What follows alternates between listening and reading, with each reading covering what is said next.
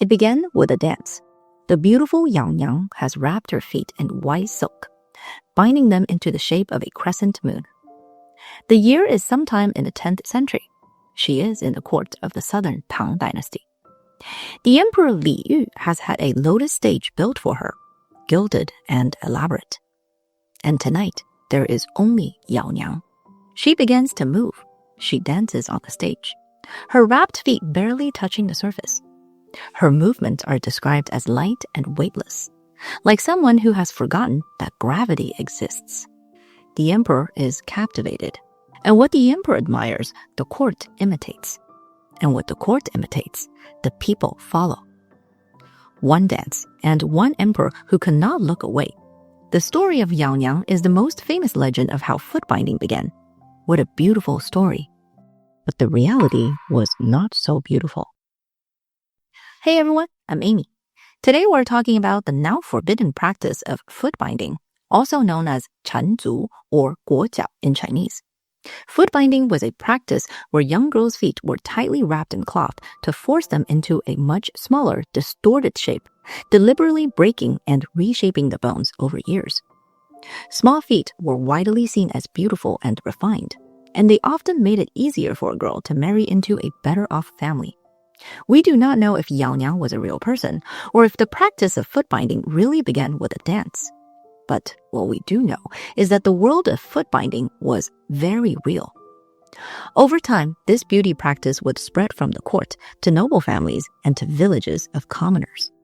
It reshaped the bodies and the lives of millions of women, and it was so deeply embedded in Chinese society that even after it was officially banned, the government spent decades more trying to stop it. This is not just a story about beauty. This is a story about the cost of becoming beautiful in the eyes of society. Let's start with real stories of foot binding from 2007. By then, foot binding had been officially banned for nearly a century. But in a Liuyi village in Yunnan province, you could still find women who had lived through it, and who were still living through it. Because the pain does not stop when the binding ends. The bones stay deformed forever. Some of these women still could not put their feet flat on the ground. This is what the price of beauty looks like. Decades later, journalist Louisa Lim traveled to Liuyi village for NPR in 2007. The village had once been home to over 300 women with bound feet. And the women she met there were some of the very last alive. Two of them agreed to speak with her. Wang Lifen was 79 years old. Her mother had started binding her feet when she was 7. She remembered the pressure of the whole village around her. She said that she didn't want to bind her feet, but that the whole village told her she had to. So she did it. But her mother died before the process was complete, and Wang Lifen had to finish the process herself. Because she was doing it alone, she said she could go gentler with herself, manipulating her own bones until they broke. She explained that children's bones are soft, so they break more easily. By 2007, her feet still caused her pain every single day. Some days, they hurt so much she could not put them on the ground at all. Wang Lifen looked at her tiny shoes. There was a sense of pride. She said that there was not a single other woman in the village who could fit their feet into her shoes, and that after her generation, no one would be able to see real bound feet anymore. The other person who was interviewed was Zhou Guizhen. Zhou Guizhen was 86. Zhou Guizhen remembered the government inspectors who used to come to the village to check for foot binding. She said that when the inspectors came, her mother bandaged her feet, then put big shoes on them. And they were able to convince the inspectors that she had unbound feet. She laughed at her own comment, but there was something complicated in the way she said it. Maybe bittersweet. Zhou Guizhen said that she regretted her foot binding, that she could not dance, could not move properly, but that at the same time, a woman who did not bind her feet could not find a husband. These two women were now in the same village and had lived through the same practice of foot binding, but they had arrived at very different feelings about it. With Wang Lifen, we felt her pain, but also her pride. With Zhou Guizhen, we felt more of her remorse and what might have been. The foot binding that we saw with Zhou Guizhen and Wang Lifen was not how it always was. The legend of Yaoniang places the origin of foot binding in the Five Dynasties period, roughly the 10th century. Written records suggest that this is broadly accurate, but there is no physical proof of the practice remaining from that era. The earliest confirmed archaeological evidence that we have currently comes from later, from the Southern Song Dynasty. What the Southern Song Dynasty evidence confirms is that by the 13th century, foot binding existed and was practiced among at least some women of the upper classes. What it also confirms is that early foot binding was something quite different from what most people picture when they talk about foot binding from the Ming or Qing dynasties. Early Song Dynasty foot binding was closer to what we might call aesthetic shaping. The foot was wrapped tightly to make it appear more slender and graceful. Toes were bent and the overall shape became narrower and more pointed. But bones were not broken in an extreme way. The foot retained most of its function. Women could still walk, still work, still move through the world. The Song Dynasty poet Su Shi, better known as Su Dongpo, wrote one of the earliest poems dedicated to bound feet, describing a dancing woman's light and delicate movements. His contemporary Xin Xiji wrote of feet so small that he feared the wind might blow them over. But these poems were describing something relatively gentle compared to what came later. What the Song Dynasty established was the idea. Small feet were beautiful. Small feet were refined. Small feet were the mark of a woman worth desiring. And once that idea was established, it only went in one direction. Foot binding was already terrible, but it was going to get much worse. During the Yuan dynasty, the Mongols who conquered China did not practice foot binding themselves, but they did not ban it either. Yuan dynasty poetry and drama continued to romanticize small feet, and the phrase 金莲 for golden lotus became the standard poetic shorthand for bound feet across Chinese culture. Then came the Ming dynasty and the high-heeled bow shoe. When the heel of a shoe is elevated, the weight of the entire body shifts onto the front of the foot. The toes are forced downward and compressed. The arch is pushed upward. To fit into these shoes at all, the foot had to be reshaped far more aggressively than anything the Song Dynasty had required. This is when the extreme bone-breaking phase of foot binding began. The idea of a 3-inch golden lotus became a literal target. A foot for 4 inches was called a yinglian, a silver lotus. Anything larger was called a tielian, an iron lotus, and was generally considered undesirable. During the Ming dynasty, a woman's marriage prospects could depend heavily on the size of her feet. The standard had spread from noble and upper-class families to wealthy merchant families, and then even to farming commoners. Interestingly, the first empress of the Ming dynasty, Empress Ma, came from a commoner background and did not have bound feet. It is said that she was secretly mocked throughout her life for having gigantic feet, even though her feet were actually just normal-sized. And because of the beauty standards of the time, she was known to wear extra long robes to hide her feet from the public. One famous legend says that one day, while Empress Ma was out in public, a sudden gust of wind blew up her robes, revealing her unbound feet. Some people believe that this legend is related to the modern Chinese idiom, 露马脚, to reveal the horse's hoof, which refers to accidentally revealing a secret or a flaw that someone was trying to hide.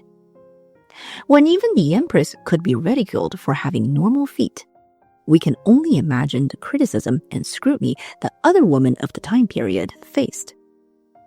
The Qing dynasty brought a strange split. The Manchu rulers who founded the dynasty prohibited Manchu banner women from binding their feet.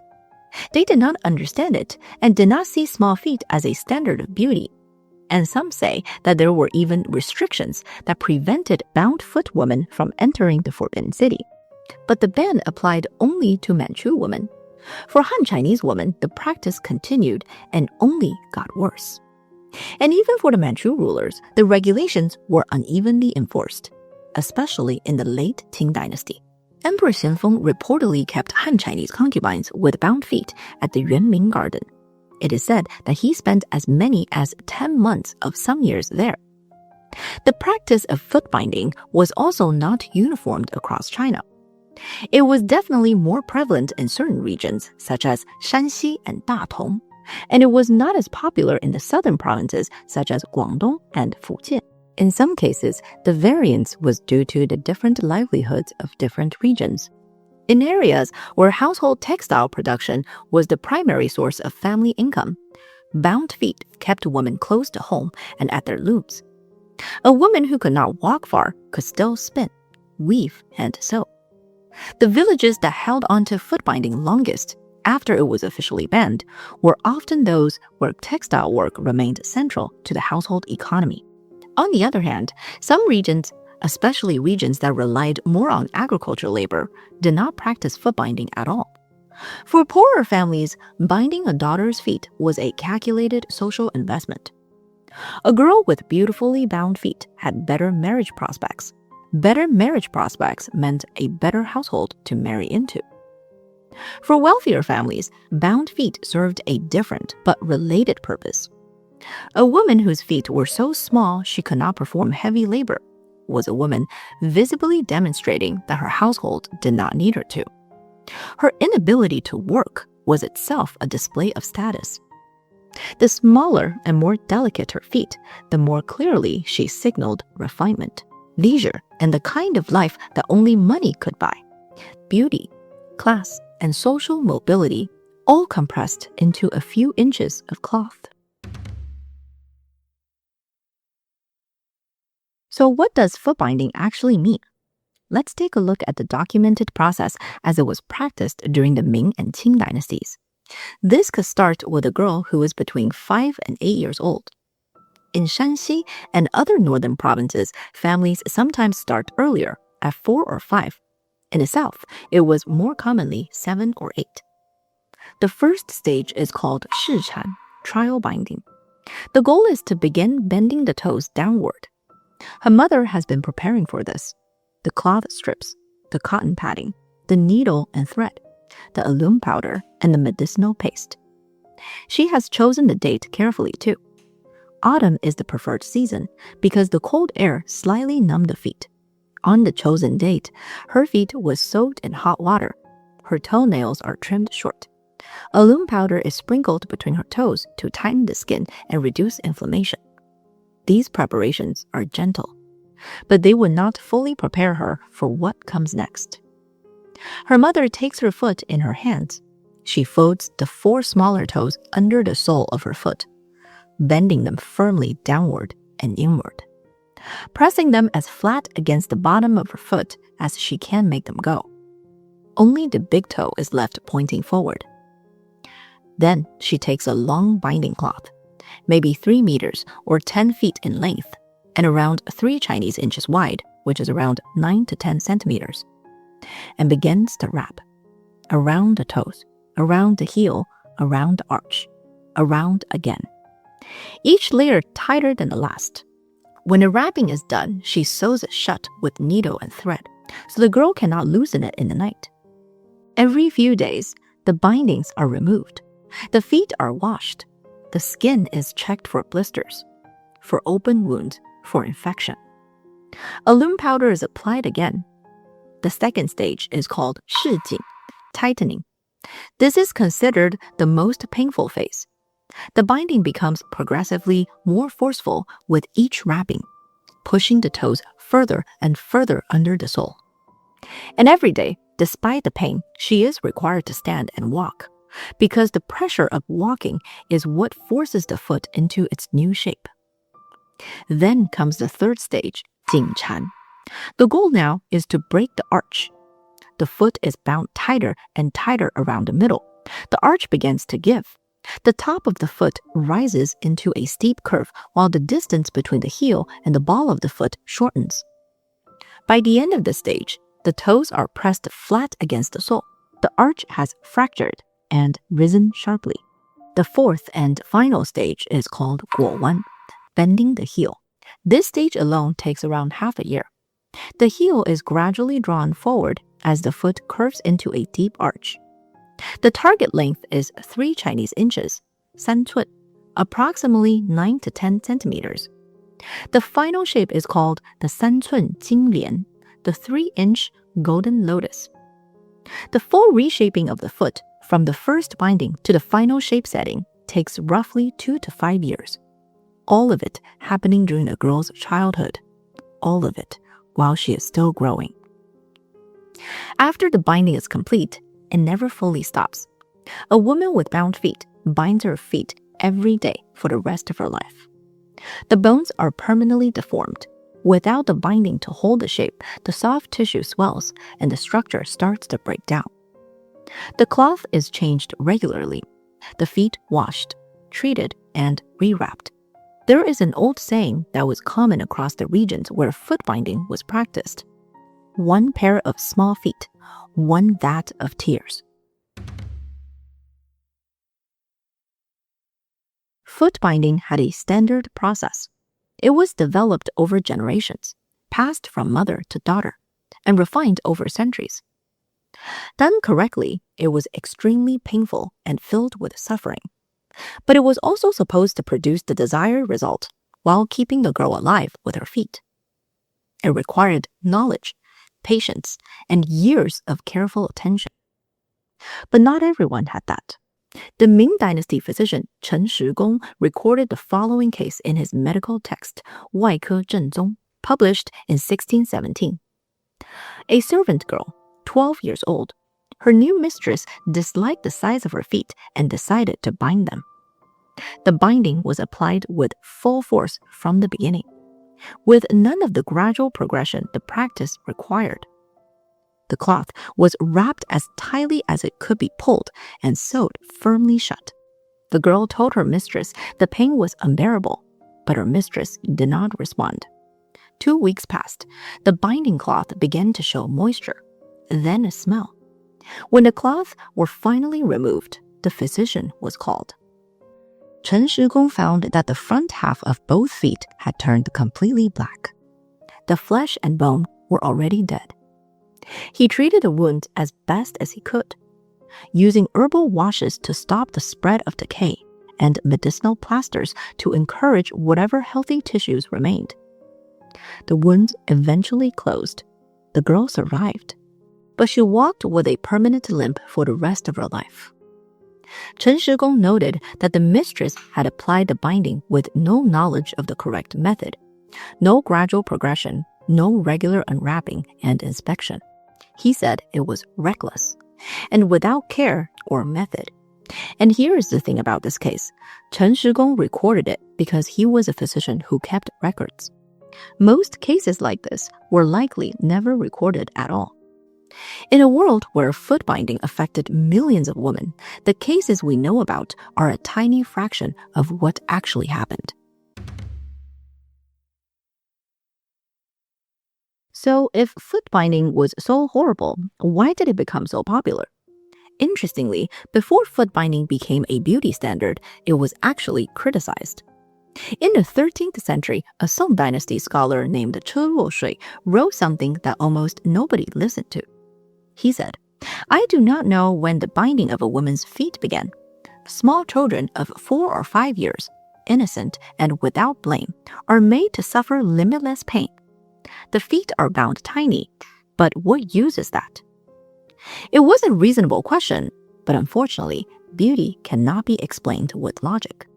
Just like today, we can't really explain why certain beauty trends are popular at the moment. It is just a way of things. But we can still take a look at how the people of that time period felt about it.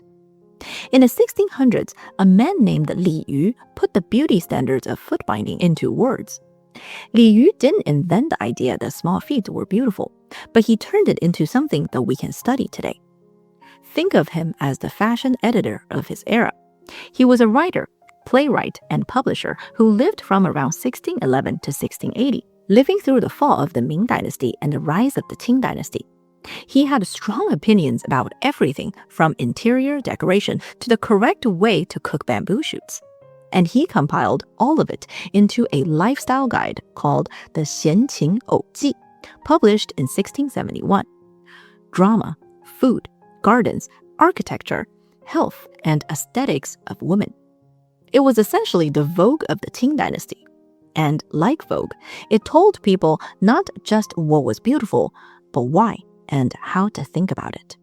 And Li Yu had a lot to say about feet. In general, he promoted the idea that smaller feet were more beautiful. But he also believed that there were right and wrong ways to approach foot binding. He talked about two ideas that he called 累 and 用, burden and function. A bound foot, in his view, had to be evaluated on both dimensions simultaneously. A foot that was merely small was not enough. A foot so small that the woman could not walk, could not move with grace, could not navigate the world, was a foot that had missed the entire point. He called such a woman a clay statue, pretty to look at, but without life. He told the story of a nobleman who had paid 1,000 gold pieces for a woman known as Miss Bao. Her feet were so small she could not take a single step without help, and she had to be carried everywhere. The nobleman considered this the ultimate refinement of the golden lotus ideal, but Li Yu was contemptuous. A clay statue, he wrote. You can buy one for a few coins. Why spend 1,000 gold pieces? In his view, the entire appeal of bound feet lay in the combination of smallness and movement. The tiny foot that still moved quickly, the shortened step that still produced a distinctive, swaying, graceful walk. Remove the walk, and you would have missed the point. Li Yu then described what he considered the two dimensions of a truly excellent small foot, which he divided into daytime qualities and nighttime qualities. The daytime quality, so slender it seemed to disappear. The more you look at it, the more tenderness it inspires. The nighttime quality, soft as though boneless. The more intimate the contact, the more pleasant the sensation. In the end, while he was an admirer of small feet, he was against taking it too far and felt that foot binding had become too extreme. Li Yu articulated the beauty standard of the time for foot binding: smallness plus function, the tiny foot that still moved. But Li Yu got to sit at his desk in his garden and write essays about beauty theory. The mothers binding their daughters' feet in villages across China did not have access to his philosophical nuance. What filtered through to them was the simplified version of the cultural signal. Smaller is better. That was the gap. What the beauty standard actually was versus what was produced at scale when it spread to more people.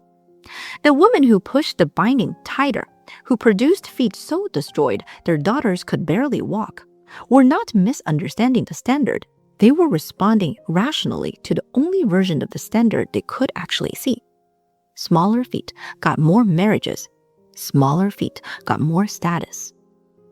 Liu Yu's complaint about Miss Bao was essentially a man at the top of a hierarchy complaining that people further down that hierarchy had taken the beauty standard too literally, which is true, but also unfair, because he never had to live inside the system he was critiquing.